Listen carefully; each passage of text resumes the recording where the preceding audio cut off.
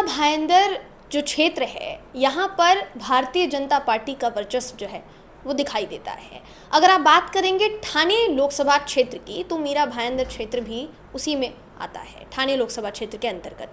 अभी फिलहाल ठाणे लोकसभा क्षेत्र पर सबकी नज़रें इसलिए भी बरकरार थी क्योंकि ठाणे से महाविकास आघाड़ी का जो उम्मीदवार था उसे तय कर लिया गया था, लेकिन महायुति का कोई कैंडिडेट अभी तक तैयार नहीं हुआ था, जिनके नाम की घोषणा चंद मिनटों पहले या घंटों पहले आप कह सकते हैं हुई है, जिनका नाम है नरेश मस्के। शिवसेना को ये जो सीट है ये दी गई है। पर अभी चर्चा इस बात की भी थी और ये खबरें बहुत ज़्यादा उफान मार रही थी कि भारतीय जनता पार्टी और शिवसेना के बीच इस सीट को लेकर तू मैं वाली स्थिति है, ये है कि नहीं है। इसी पर हम बातचीत करने के लिए इस वक्त मीरा भाईंदर भाजपा जिला अध्यक्ष के साथ किशोर शर्मा जी के साथ मौजूद हैं, उनसे बातचीत करने का प्रयास करेंगे। और जो बातें चल रही है इस वक्त राजनीतिक गलियारों में उसमें कितनी सच्चाई है कितनी नहीं, ये भी जानने का प्रयास करेंगे। सर बहुत बहुत नमस्कार, बहुत बहुत शुक्रिया आपका हमारे चैनल के साथ जुड़ने के लिए। सर पहला सवाल मेरा यही है कि ठाणे लोकसभा क्षेत्र से उम्मीदवार का नाम घोषित करने में इतना समय जो लग गया उसको लेकर कई तरीके के सवाल खड़े हो रहे थे, और पहला सवाल यही था कि क्या कोई कैंडिडेट ऐसा नहीं था जिसकी वजह से इतना समय लग गया? सबसे पहले आपके चैनल के सभी दर्शकों को मेरा नमस्कार। कहना यही चाहूँगा कि शुरुआत से ये सीट भारतीय जनता पार्टी की रही है, जब से लोकसभा क्षेत्र बना है तब से। तो इसीलिए स्वाभाविक है कि हमारी इच्छा थी कि यहाँ पर हमारा कैंडिडेट आए, भारतीय जनता पार्टी का कैंडिडेट आए, इसीलिए सभी प्रयासरत थे। लेकिन युति धर्म के अनुसार जो निर्णय हमारे वरिष्ठ करते हैं वो भारतीय जनता पार्टी के सभी कार्यकर्ताओं को मान्य होता है। तो उसी के अंतर्गत उसी में समय लगा होगा, ऐसा मेरा कयास है कि ये जो विषय है ये हमारे वरिष्ठों का विषय है, उन्होंने शायद इसमें किया होगा, ऐसा मैं बताता हूँ आपको इस तरह से। जी, तो देखिए अगर सर इस पूरे मामले की बात करेंगे कि कैंडिडेट घोषित नहीं हो रहा था तो नरेश मस्के का नाम फाइनल किया गया। जैसा आपने अभी भी कहा कि भारतीय जनता पार्टी की ही शुरू से ये सीट रही है, शिवसेना के खाते में ये सीट अब जा चुकी है, इसको किस तरीके से आप देख रहे हैं? क्योंकि आप ये बातें चल रही थी कि बीजेपी का कहना था कि ये सीट उन्हें दे दी जाए, लेकिन शिवसेना के पास अब ये सीट जा चुकी है, क्या आपका मत है इसके ऊपर?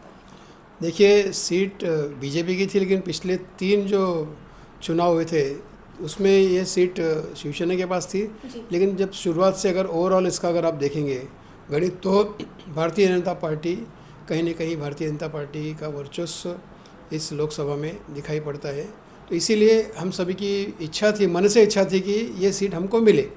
अब अगर नहीं मिली तो हम जो भी महायुति है महायुति का धर्म निभाएंगे और 100% महायुति के लिए काम करेंगे, और जो भी उम्मीदवार है वो हमारे संसद में पहुँचे और मोदी जी के हाथ को मजबूत करे, 400 पार के जो नारे को सार्थक करे। इसीलिए हम सभी लोग मिलकर काम करें। जी, तो सर नरेश मस्के का नाम जो फाइनल हुआ है अभी फ़िलहाल के लिए, नरेश मस्के को लेकर अभी देखिए अगर आप कहेंगे तो कैंडिडेट के तौर पर भी देखा जाए उनको पहली बार उनको सांसद पद के लिए चुना गया है, इससे पहले वो अलग अलग पदों पे विराजमान रहे हैं। तो क्या आपको लगता है कि राजन विचारे के सामने एक स्ट्रॉन्ग कैंडिडेट के तौर पर नरेश मस्के को जो चुना गया है वो फैसला सही लगता है क्या आपको?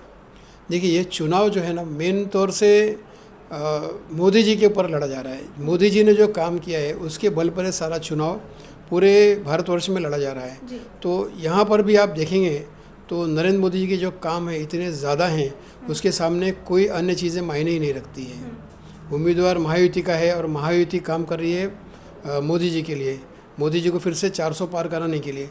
तो आप समझ सकते हैं कि यहाँ पर बाकी अन्य चीज़ें नगण्य हैं, उसका कोई मायने मुझे लगता नहीं है।